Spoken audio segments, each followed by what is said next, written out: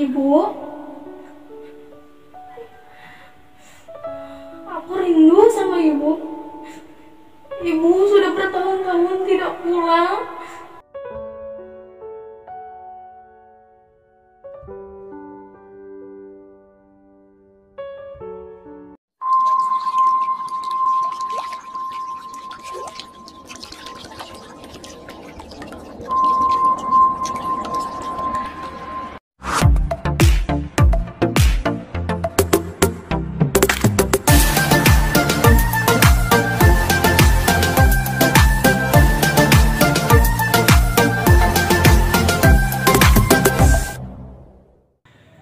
Bismillahirrahmanirrahim. Assalamualaikum warahmatullahi wabarakatuh. Oke teman-teman, apa kabarnya semuanya? Kembali lagi bersama kami di channel M. Wildan Burhanuddin. Sebelum nonton, jangan lupa seperti biasanya harus like, bila perlu komen, dan subscribe ya. Kemudian share sebanyak-banyaknya agar video ini bisa menebarkan atau memberikan manfaat untuk orang lain juga. Oke teman-teman, kita langsung saja acara kali ini atau kegiatan kali ini. Kita akan podcast bersama salah satu santri Pondok Pesantren Bustanul Ulum Kota Banjar ya. Karena pada podcast kali ini insya Allah sangat bermanfaat dan sangat menarik sekali. Ya, saya datangkan langsung santriwati Pondok Pesantren Bustanul Ulum. Nanti kita akan berbincang-bincang bersama santriwati, kemudian masalah kehidupannya, kenapa dia bisa mondok di sini, kenapa beliau bisa menuntut ilmu di sini. Kita akan berbincang-bincang bersama santriwati Pondok Pesantren Bustanul Ulum. Sebelum perkenalan santri, saya ucapkan banyak terima kasih kepada teman-teman yang sudah mendukung channel ini dengan cara like dan mensubscribe, kemudian membagikannya sebanyak-banyaknya. Saya ucapkan jazakumullah ahsanal jaza. Semoga Allah membalas semua kebaikan-kebaikan antum semua. Semoga Allah melimpahkan rezekinya. Semoga Allah memudahkan segala urusannya. Amin amin ya rabbal alamin. Oke, langsung saja teman-teman. Sedikit ya saya mengupas informasi atau sedikit mengupas, memberikan informasi tentang beliau ini yang ada di samping saya. Mengenai kehidupannya sebelum pesantren, kemudian kenapa dia pesantren, saya sedikit aja menyinggung ya supaya tidak terlalu kosong. Oke teman-teman, santriwati di samping saya ini sebelumnya dia tidak pesantren ya, bahkan dia tidak memakai cadar, bahkan tidak memakai kerudung ya sebelum pesantren itu ya. Alhamdulillah ada perkembangan semenjak beliau menuntut ilmu di Pondok Pesantren Bustanul Ulum, dan banyak sekali perubahan-perubahannya alhamdulillah ya. Oke, mungkin langsung saja kita perkenalan ke santriwati Pondok Pesantren Bustanul Ulum ini yang sudah diundang dalam podcast M. Wildan Burhanuddin bersama santri Pondok Pesantren Bustanul Ulum. Oke, silakan perkenalkan nama dulu, kemudian asalnya dari mana, silakan perkenalan dulu. Bismillahirrahmanirrahim. Assalamualaikum warahmatullahi wabarakatuh. Perkenalkan, nama saya Risya Yudiana. Saya berasal dari Dusun Karangsari di Kota Banjar. Oke, namanya Risya ya, berasal dari Karangsari, Kota Banjar ya, masih dari Banjar ya. Oke teman-teman, Risya ini menurut cerita-cerita dari latar belakang Risya ini, semenjak Risya masih kecil itu dia sudah ditinggal oleh ibunya gitu ya. Bahkan Risya sendiri tidak tahu wajah ibunya seperti apa. Itu betul Risya? Betul. Coba sedikit menceritakan ke belakang Risya seperti apa ketika waktu dulu di rumah. Coba ceritakan ke teman-teman. Oke. Waktu saya kecil, saya berumur waktu 1 tahun, saya ditinggal oleh ibu saya karena ibu saya berangkat bekerja ke Malaysia. Hingga sampai sekarang ibu saya tidak balik lagi ke Indonesia. Setelah itu saya dirawat oleh nenek sama kakek saya sampai sekarang, dan kakek saya meminta untuk saya dipondokkan dan saya akhirnya menyetujui, dan akhirnya saya pun sekolah sambil pesantren di pondok pesantren ini. Oke, ya teman-teman. Jadi Risya itu umur berapa Risya ditinggalkan sama ibu? 1 tahun. Oh, umur 1 tahun teman-teman. Masih kecil sekali. Bahkan Risya ingat gak wajah ibu? Enggak. Gak ingat? Enggak. Ya, berarti Risya itu tahu Risya ditinggalkan sama ibu itu ketika kapan? Ketika saya waktu masih SD kelas 1. Oh, berarti Risya SD kelas 1 baru sadar bahwasanya Risya ini ditinggal oleh ibunya. Bayangkan teman-teman, Risya ya ditinggal oleh ibunya ketika umur 1 tahun. Bahkan beliau tidak tahu bagaimana wajah seorang ibu, mendapatkan kasih sayang seorang ibu, gimana rasanya itu beliau tidak rasakan teman-teman. Ya, bersyukur untuk kita semua, kita bisa dekat dengan keluarga kita. Ya, bersyukur untuk kita semua yang masih memiliki ibu, bapak, keluarga. Ya, bersyukur sekali. Maka dari itu perbanyak bersyukur dan jangan sampai mengeluh karena ada yang lebih lagi dari kita. Ya, oke, kita lanjutkan ceritanya mengenai Risya ini. Oke, Risya, berarti Risya kan umur 1 tahun tuh ditinggal sama ibu ya, kerja di Malaysia. Kemudian Risya juga baru tahu bahwasanya ibu itu pergi ke Malaysia itu ketika Risya kelas 1 SD ya, betul ya? Iya. Kelas 1 SD. Kemudian Risya tinggal sama siapa tuh ketika ibu ibu meninggalkan Risya? Saya tinggal bersama nenek sama kakek dari ibu. Oh, berarti Risya tinggal sama kakek dan nenek dari ibu. Iya. Oh iya. Berarti Risya tinggalnya sama kakek neneknya teman-teman. Dari kecil diasuh sama kakek nenek ya? Iya. Oh, berarti dari kecil diasuh sama kakek nenek. Nah, itu kalau bapak gimana? Masih ada? Masih ada. Masih ngasuh Risya? Bapak? Masih. Oh, masih. Oh, ternyata bapaknya mah alhamdulillah masih ada. Tapi bapak tinggal satu rumah sama Risya? Enggak. Oh, enggak, kenapa? Karena bapak saya menikah lagi. Oh, teman-teman, jadi Risya itu tinggalnya sama kakek neneknya dan bapaknya menikah lagi. Jadi Risya nggak tinggal sama bapaknya, tapi tinggalnya sama kakek dan neneknya karena bapaknya sudah memiliki istri lagi. Seperti itu. Tapi untuk jajan gimana Risya? Risya kan pasti butuh tuh waktu SD dan sekarang mondok. Itu waktu SD jajan dari mana tuh? Dari siapa? Kalau waktu itu sih pernah jualan gorengan, terus jualan makanan gitu kata nenek ke sekolah. Nanti kalau sebagiannya buat jajan, sebagian kasih lagi ke nenek, kadang gitu. Terus kalau nenek ada uang ya dikasih, kalau nggak ada ya udah gak jajan. Oh, berarti Risya ini dari kecil sudah diajarkan mandiri oleh kakek neneknya teman-teman ya. Jadi Risya dari kecil kalau mau jajan, Risya ini harus jualan dulu. Ya. Kakek neneknya juga karena ya istilahnya mah tidak punya penghasilan lebih ya Risya ya. Iya. Jadi Risya disuruh jualan sama kakek neneknya ke sekolah sambil bawa makanan, dijualkan, nanti hasil dari jualan itu buat jajan Risya, buat bayar ini itu ya. Seperti itu Risya. Iya. Nah, itu teman-teman bayangkan coba ya.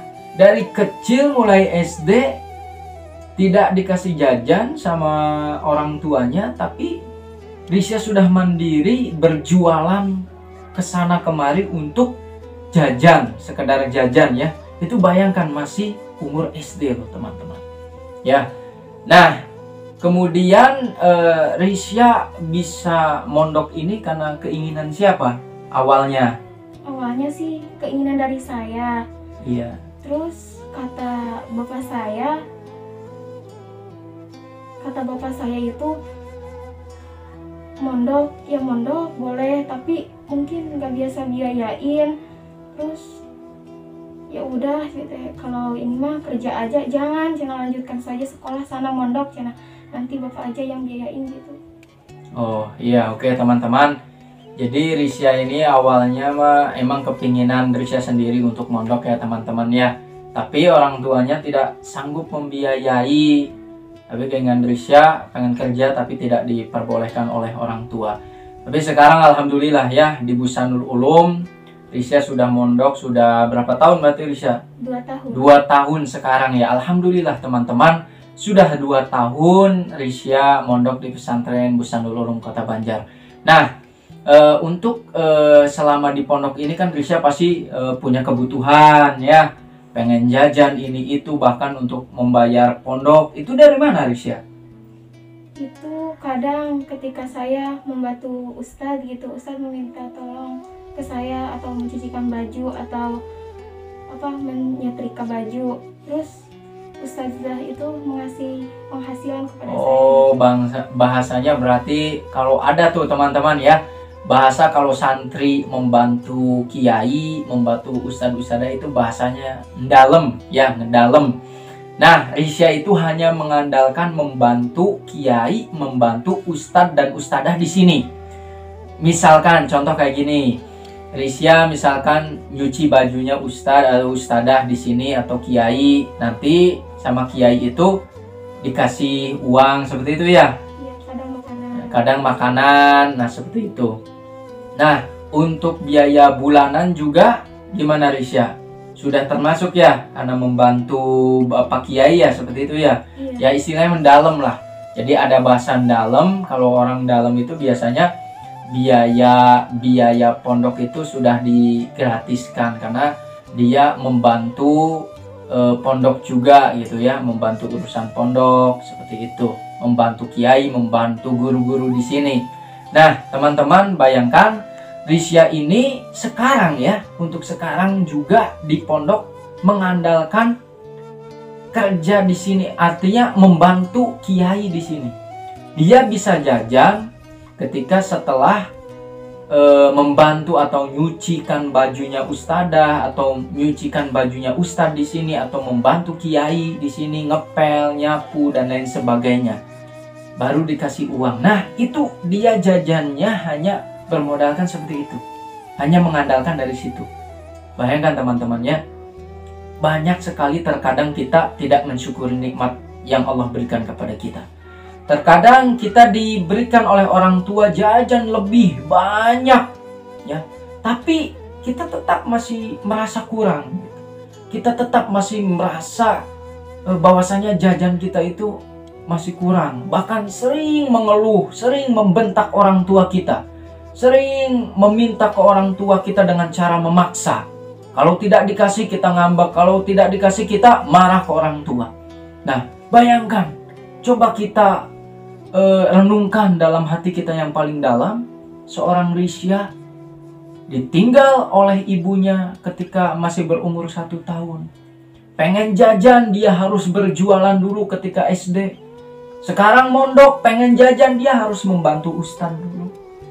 Ya, menyucikan baju ustadz, mengepel rumahnya. Hanya mengandalkan dari situ. Ya.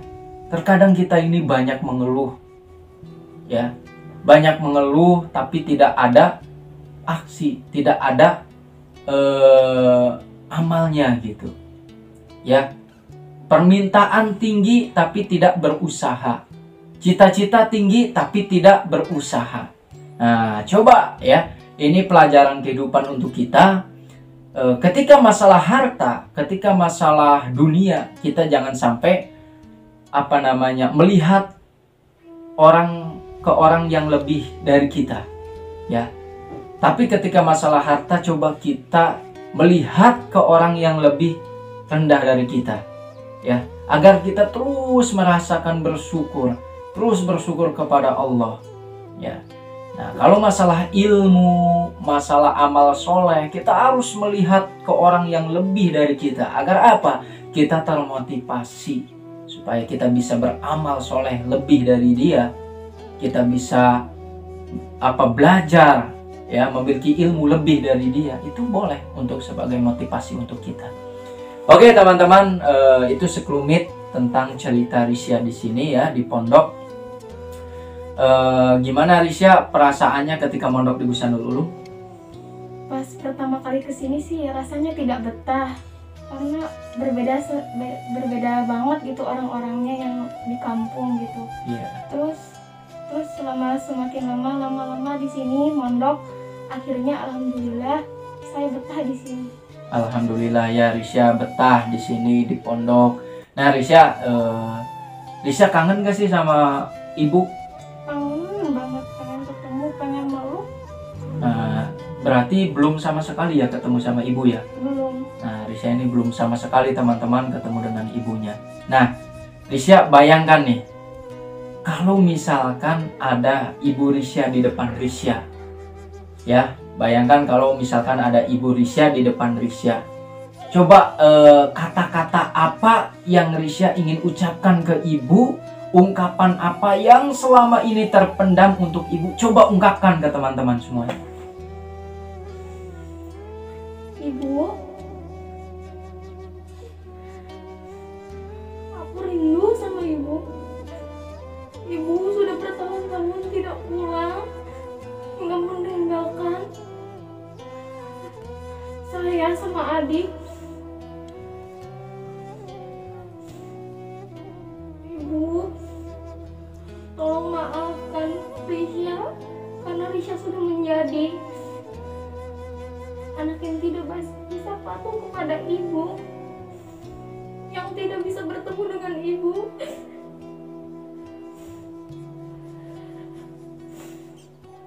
Oke ya teman-teman, mungkin Risya merasa tersentuh hatinya karena selama ini belum bertemu sama sekali, bahkan belum melihat wajah ibunya sama sekali. Jadi merasa ada ungkapan lah untuk ibunya.